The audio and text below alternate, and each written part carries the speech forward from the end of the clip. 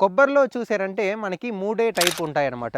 ఒకటి టాలు, ఇంకొకటి డ్వార్ఫ్, ఇంకొకటి హైబ్రిడ్ అనమాట. సో ఈ టాల్‌లో చూసారంటే మనకి 2 టైప్ ఉంటదనమాట. మెయిన్‌గా టాల్ ఎందుకు యూజ్ చేస్తామంటే కొబ్బరి కోసము ఎవరైనా కోబ్రా థిక్‌నెస్‌కి రావాలి, కొబ్బరి కోసం కావాలనే వాళ్ళు మనకి టాల్‌ని ప్రిఫర్ చేయొచ్చనమాట. దాంట్లో బోండం చూసారంటే తక్కువనే పెద్దగా యూజ్ కాదు. మీకు టాల్‌కి మీ కొబ్బరి కోసం అంతే బావుంటది. దాంట్లో 2 టైప్ ఉంటది. ఒకటి వెస్ట్ కోస్ట్ టాల్, ఇంకొకటి ఈస్ట్ కోస్ట్ టాల్ అనమాట. ఈ డ్వార్ఫ్‌లో చూసారంటే డ్వార్ఫ్‌లో మనకి మల్టిపుల్ టైప్ ఆఫ్ డ్వార్ఫ్ ఉంటది.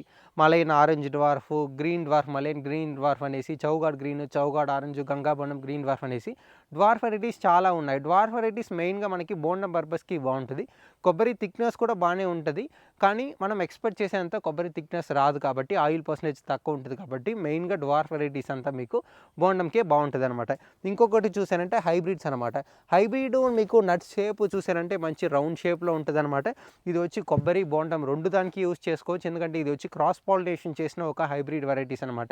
ఈ హైబ్రిడ్ వెరైటీస్‌లో మీరు చూసినట్టు ఈ రామ్ గంగా అనేసి చెప్తారు కదా! ఉమాపతి ఫార్మ్స్ అక్కడ లేదు, డీజే గానీ, లేదు చంద్రశంకర, లేదు కల్పశ్రీ ఆ టైప్‌లో చాలా హైబ్రిడ్స్ అనేది ఉంటాయన్నమాట. ఆళ్ళ ప్రిఫరెన్స్‌ని బట్టి హైబ్రిడ్ ప్లాంటేషన్ చేసుకుంటే మల్టీపర్పస్ అనమాట. బోండం, కొబ్బరి, ఆయిల్ ఏ దానికైనా యూసుకోవచ్చు కాబట్టి ఈ 3 వెరైటీసే కొబ్బరిలో ఉండేదనమాట.